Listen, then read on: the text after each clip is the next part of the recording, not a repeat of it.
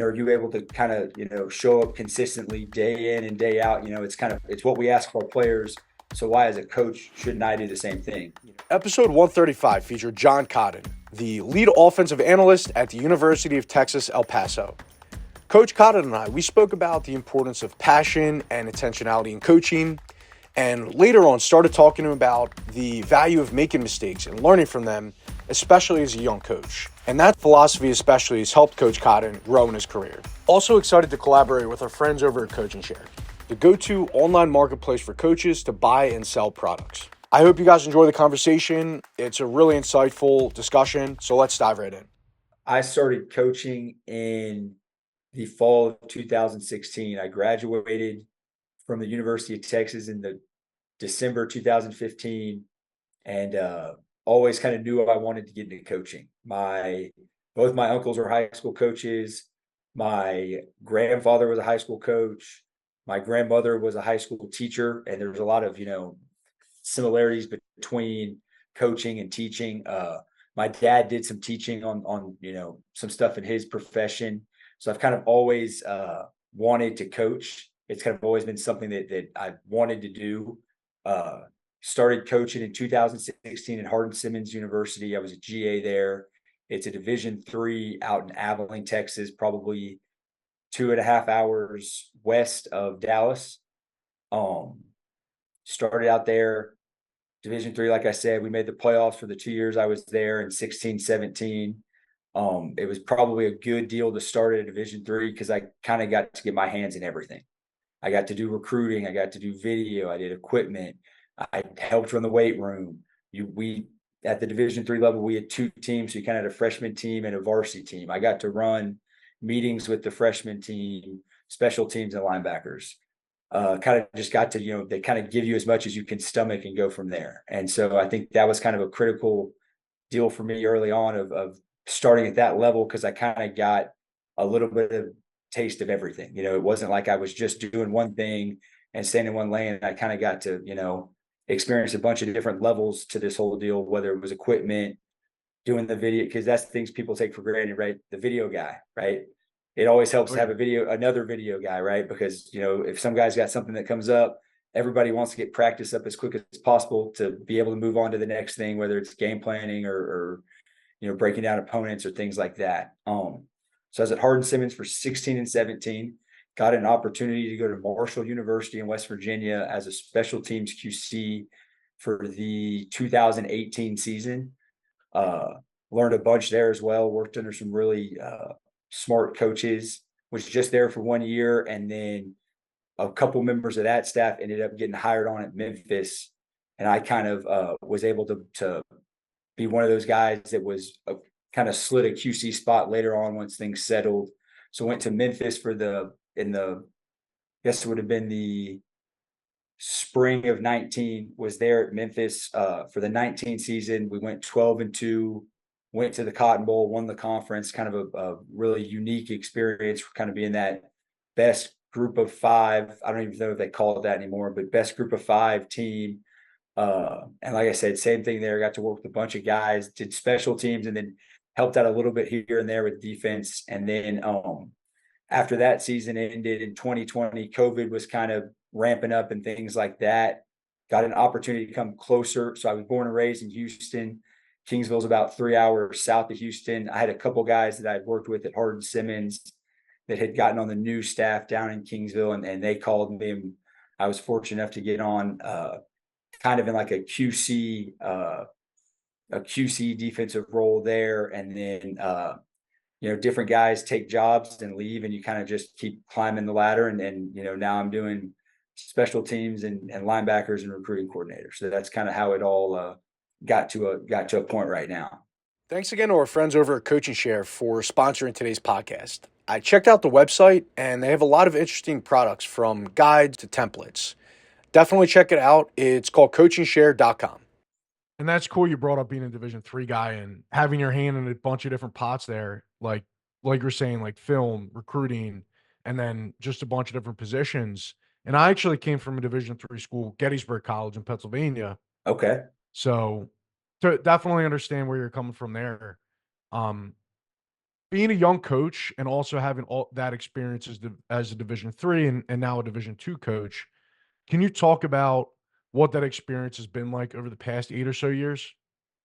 Yeah, it's been kind of a wild ride. You don't ever think, when you get into it, where you'll end up. I didn't think I'd go spend a year in Memphis, Tennessee, or a year in West Virginia. I didn't think I'd get the opportunity to coach in, a BCS bowl, or, the year I was at Marshall, we got to play in the Gasparilla Bowl, right? So coached in 2 bowl games. And it's just kind of it's surreal because you kind of start, you're okay, you're a Division 3 guy just trying to, make it, and like I was, uh on the scoop looking for anything and everything, kind of that year I knew I was leaving Hardin-Simmons, and it wasn't even a scoop opportunity, you know what I mean? And I think that's something that I've learned, is that if you build intentional relationships, everything kind of takes care of itself. Everybody's kind of looking for that next one, and you kind of got to be where your feet are at, right? If you do a good job at the place you're at, that'll afford you opportunities down the road and at other places.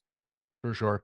So if you had to go back 8 years, can you talk about knowing what you know now, what you would have done differently, if anything?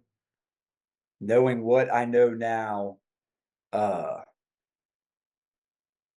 what I would do differently. That's a very good question. Uh, not probably worry about messing up as much, right? I think that's another good thing about working at a Division 3, was I was able to kind of uh make mistakes, and it wasn't the AAC championship game, you know what I mean? And so to be able to kind of make mistakes and learn and grow for it is something that I think is, valuable for any young coach. And I think that's something that I probably would have told myself, is don't, beat yourself up too much about, the mistakes that you make. Because in the long run, if you make a mistake once and you learn from it, that's a positive. It's when you keep making the same mistake over and over again, then when you start having an issue. Yeah, for sure. And I think that really applies to anything, whether it be, whether you're an athlete, whether you're a coach, or whether you're just in business or life, you know, what's the saying? If you continuously do something and you don't change it, you don't get the desired outcome, what is that? That's the definition of insanity. Yep. And I think, that's a perfect thing for coaches to hear, especially if you're just getting started off. Yeah. So as a and going back to the beginning when you were talking about coming from a family of coaches, can you talk about what that was like as knowing that was always what you wanted to do? Can you talk about how Yeah. that's impacted your career so far?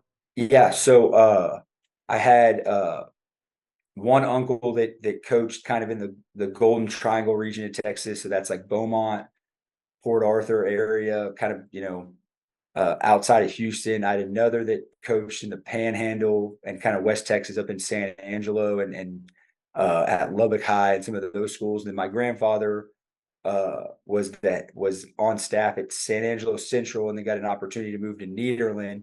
So he kind of went from West Texas to that Southeast Golden Triangle region. Uh, but when I they were all, significantly older except for one. So when I was kind of uh at that age where you start remembering stuff, it was really just one of my uncles that was coaching. But it always seemed to be like he had the time of his life. You know what I mean? Like it always seemed like, you see people work 9 to 5 and sit behind a desk, and he's like, well, this day I drove a bus over here and watched a JV basketball game, and then this day I did this, and this day I did that. And I'm like, so you're not doing the same thing every day. That's got to be kind of exciting and a change of pace. When I was actually in high school, my senior year, I worked as a clerk at an oil and gas company in Houston, and it was a good experience, but it was definitely not what I wanted to do. I would probably go work 4 or 5 hours. At that point, I was getting off, at 1 or so. I'd go work 4 or 5 hours, sit behind a desk, help with, the drilling charts and all that stuff. And it was interesting, but it wasn't for me. It kind of wasn't what I was, wanting to do, or probably going to be able to stomach. And then, it's actually kind of funny, when I was in like the 8th grade, rivals.com used to do a Houston area recruiting like radio show for like 15 minutes on a Wednesday evening from like 10:45 p.m. to 11 p.m. And that was, I kind of like discovered it back when people, actually listened to the radio. And that was kind of my first inclination, and kind of, I had coaches in my family, but then that radio show, I really got heavily interested in recruiting. And that was when like Russell Shepard, who went to LSU, McGuffey, who played at Cy-Fair, went to Michigan, kind of all those guys were starting, and Rivals had kind of just become the big thing. There wasn't 247. There wasn't all these other stations. So they kind of had a corner on the market. And so I was able to, get involved in just listening to recruiting, and kind of, you hear the recruiting stories and things like that. And that kind of helped spur the interest as well.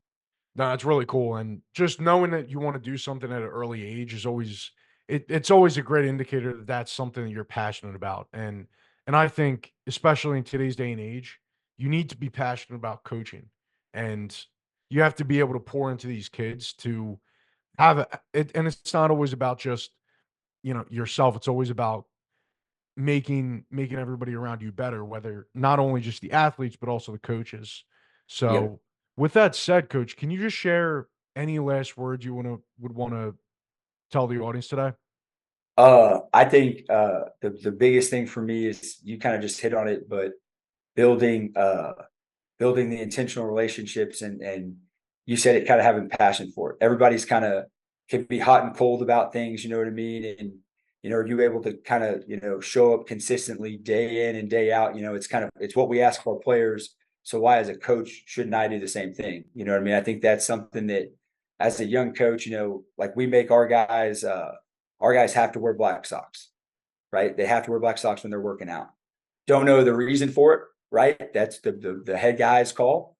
But it's a lot easier to tell a kid, hey man, go put on black socks when you're wearing black socks. So now all I own is black socks, right? I used to, have a bunch of, different, now all I own is black socks, because I know if I put some white socks in my dresser, I put them on, the kids are going to call me out on it. Hey, Coach Cotton, why are you wearing white socks? Oh, well, I'll do 5 up downs now. You know what I mean? Yeah, And so I think kind of having that intentional relationship is critical, with, like you said, with the athletes and the coaches as well.